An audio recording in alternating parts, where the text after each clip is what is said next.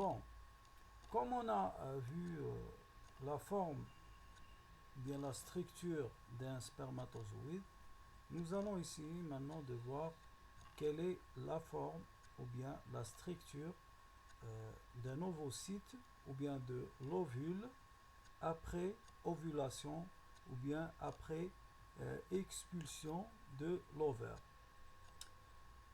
Euh, vous, vous avez ici donc, qu'est-ce qu'on remarque? On voit bien qu'on a une cellule normale, comme, comme toute cellule, le cytoplasme et le noyau, d'accord? On a dit que la cellule, elle est enveloppée par ce qu'on appelle la zone pellucide, c'est une enveloppe.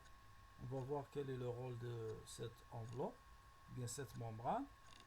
Ensuite, on a les quelques cellules le reste des cellules folliculaires qu'on appelle la corona radiata. Donc, corona radiata, c'est le reste des cellules folliculaires qui étaient rattachées avec l'ovocyte au niveau du follicule 2 de Graaff. Maintenant, l'ovocyte, elle a quelques caractéristiques à ce niveau.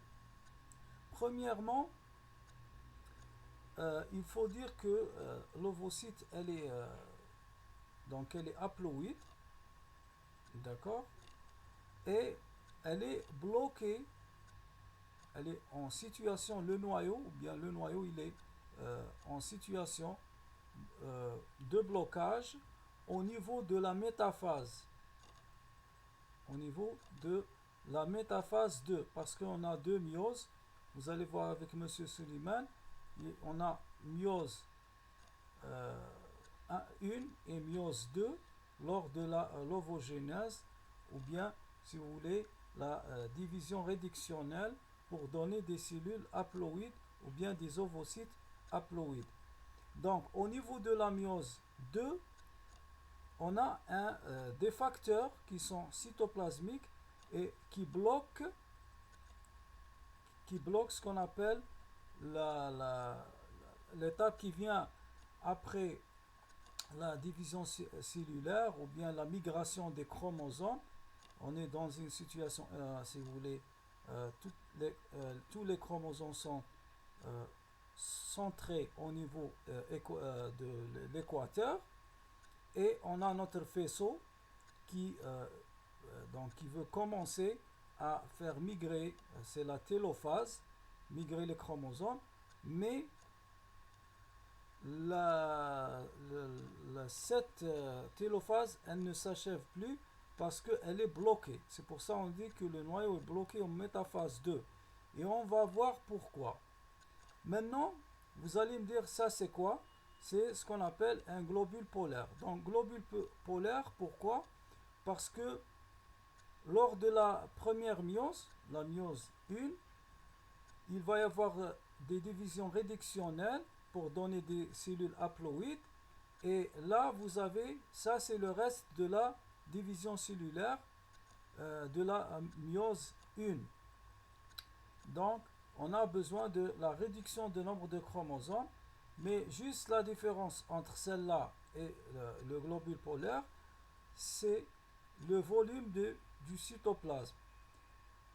Donc, l'ovocyte, elle va prendre, ou bien elle absorbe la totalité du cytoplasme de cette cellule, du globule polaire, et c'est ce qu'on appelle donc la phase de l'accroissement. C'est-à-dire il va y avoir plus d'énergie, plus de nutriments pour l'ovocyte que pour le globule polaire qui va se dégénérer par la suite. Il n'a pas de rôle par la suite durant la fécondation et le développement embryonnaire. Donc ce globule polaire, il va se disparaître. Donc ce qui est important, c'est la zone pellucide, l'état du noyau de notre ovocyte qui est prête pour, ou bien de notre ovocyte qui est prêt pour la fécondation. et quelques cellules de la corona radiata qui en quelque sorte entourent notre ovocyte. Voilà, donc ça c'est en ce qui concerne l'aspect de l'ovocyte ou bien de l'ovule. Donc quand je dis ovule, c'est tout ça. Ovule, c'est tout ça. C'est corona radiata, zone pellucide, etc., etc. Et quand je dis ovocyte, c'est juste la cellule qui se trouve ici. Donc c'est ça donc à peu près la différence.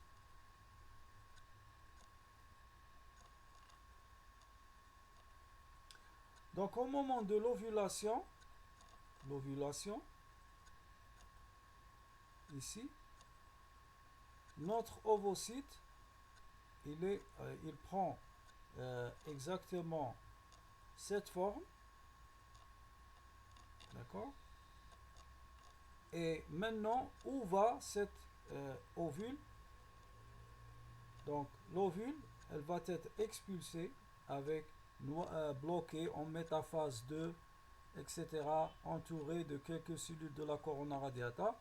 Elle va être expulsée pour être réceptionnée au niveau des franges et elle va passer à travers le tube utérin et c'est là où il va y avoir au niveau de l'ampoule ou bien trompe de Fallope la rencontre des spermatozoïdes avec